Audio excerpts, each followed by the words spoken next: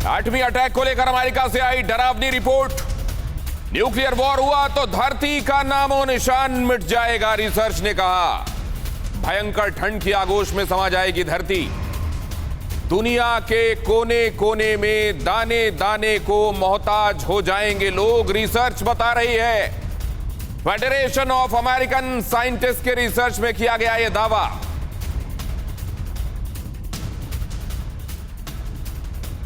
और इसके मुख्य वैज्ञानिक एलन रोबोक ने अपनी रिपोर्ट में यह कहा है कि अगर एक full scale nuclear war America और रूस के बीच में छिड़ गया तो पूरी धरती से जीवन समाप्त हो जाने का खतरा सामने आ जाएगा।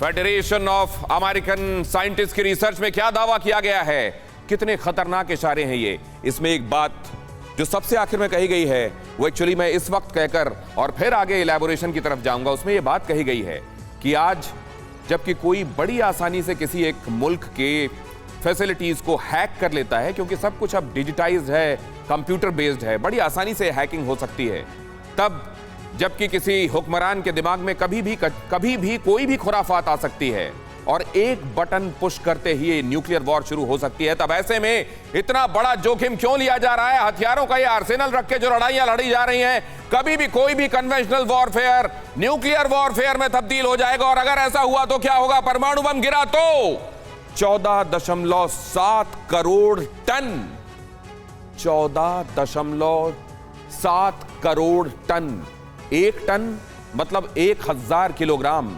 अंदाजा लगाइए, रेडिएशन वाली ये राख निकलेगी और ये राख निकलकर वायुमंडल में स्ट्रेटोस्फेयर में जाकर अटक जाएगी, टिक जाएगी। जो कार्बन सूट है, SOOT सूट, वो ऊपर जाकर कुछ ऐसे रिएक्शंस करेगा कि ऊपर वो एक बादल, नकली धुएं का बादल बना देगा। सूरज की रोशनी धरती तक नहीं पहुंचेगी, अंधेरा छा जाएगा। दुनिया में 10 साल के लिए कम से कम, जो कि 25 साल तक का भी वक्फा हो सकता है, कितने भयंकर परमाणु अस्त्र इस्तेमाल किए गए हैं इस पर निर्भर करेगा। भयंकर सर्दी आ जाएगी, धरती पर होने वाली बारिश कम से कम 40% कम हो जाएगी। और ऐसे में धरती पर अनाज उगना, क्रॉप साइकिल बुरी तरह प्रभावित होंगे, करीब करीब बंद हो जाएंगे अनाज उगना। पर्यावरण बिगड़ने से धरती में जीव मरने लगेंगे। दुनिया में खाने की कमी से दुनिया भर में दंगे फसाद, जहां लोग बचे हुए भी होंगे वहां लूट मार, दंगे फसाद से जिंदगियां जाएंगी।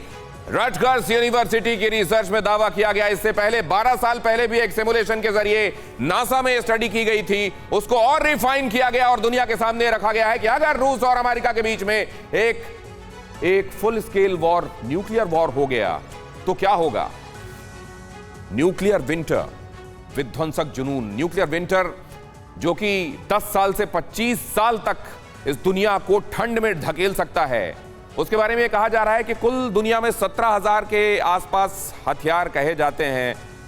वैसे तो 12,700 आधिकारिक रूप से कहे जाते हैं। इनमें से 700 भी अगर फूटे तो न्यूक्लियर विंटर, यह विध्वंसक जुनून एक लंबे न्यूक्लियर विंटर के तौर पर दिखाई देगा और 100 करोड़ लोग मारे जाएंगे। रटगर्स यूनिवर्सिटी की रिसर्च में यह दावा किया गया।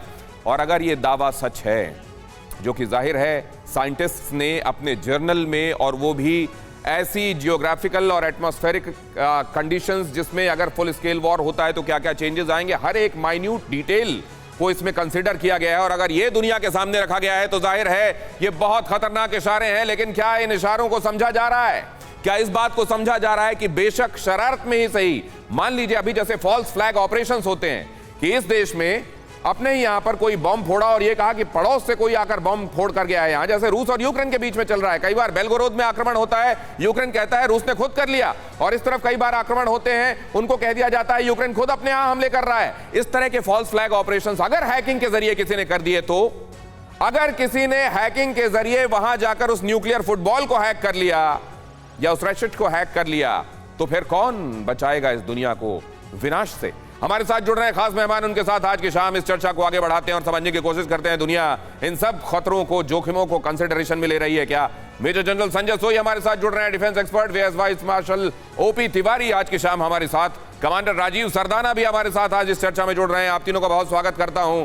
आप तीनों के साथ ये पढ़ा और 6:30 बजे के आसपास में दिखाने वाला हूं क्या चल रहा है कश्मीर में, और कश्मीर में जो कुछ अभी चल रहा है क्या फिर कुछ बड़ा होने वाला है कश्मीर में, उस तरफ चलेंगे। लेकिन पहले जरा ये समझने की कोशिश करते हैं। संजय सोई सर, आपसे शुरुआत करूंगा। ये तो वहां साइंटिस्ट अपने हुक्मरानों को ही बताते होंगे कि ये देख लीजिए, ये हमने सब कुछ वैज्ञानिक आधार पर रिसर्च की है। नहीं, बिल्कुल दिनेश, ये जो खतरा है, हालांकि जो न्यूक्लियर वेपन लिए लोग कहते हैं सुरक्षा का एक तंत्र है, क्योंकि ये डेटरेंस है। एक के पास न्यूक्लियर वेपन है तो दूसरा उसको अगर है उसके पास तो हमला नहीं करेगा।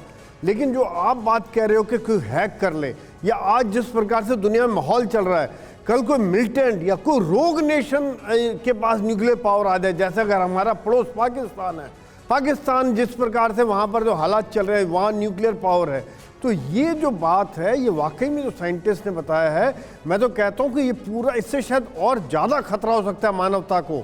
जो राख है, जो फसल तबाह हो जाएगी, विंटर्स आएंगी, ये कैलकुलेशंस है। लेकिन वो तो सर उन चंद बचे हुए लोगों के लिए होगा जो इस सब के बाद बच जाएंगे, वरना 6000 तो रूस के पास अकेले, और इधर बताया जा रहा है 5 से 6000 के पास अमेरिका, और ये कागजों पर है। इसके अलावा न जाने कितने होंगे। अगर ये फूटेंगे तो क्या होगा।